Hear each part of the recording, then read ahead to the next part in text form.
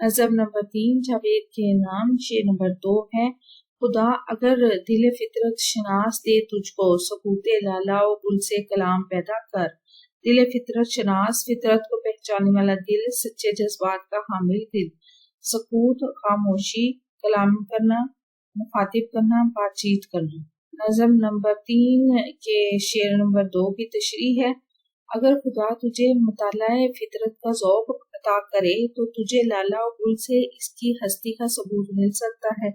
سکوت لالا و گل سے کلام میں صنعت تضاد پائی جاتی ہے، اور یہ ایک بہت ہی زیادہ دلکش انداز ہے، خوبصورت انداز ہے شاعری کا۔ اس بات کے کہنے کا مقصد یہ ہے کہ اگرچہ لالا و گل زبان نہیں رکھتے، لیکن اگر کوئی فطرت شناس ان کی بناوٹ پر غور کرے تو وہ زبان میں حال سے خالق و صنائے کائنات کے وجود پر گواہی دیں گے۔ پر الہ آبادی نے اس حقیقت کو یوں بیان کیا ہے: صاف آئے گی نظر ثانی عالم کی جھلک، سامنے کچھ نہ رکھ آئینہ فطرت کے سوا۔ ویڈیو کیسی لگی؟ چینل ضرور سبسکرائب کریں، ویڈیوز کو لائک اور شیئر کیجیے، کمنٹ کر کے بتائیں مزید کون سی ویڈیوز دیکھنا چاہتے ہیں۔ اپنا اور اپنے پیاروں کا رکھیں ڈھیر سارا خیال۔ اللہ حافظ۔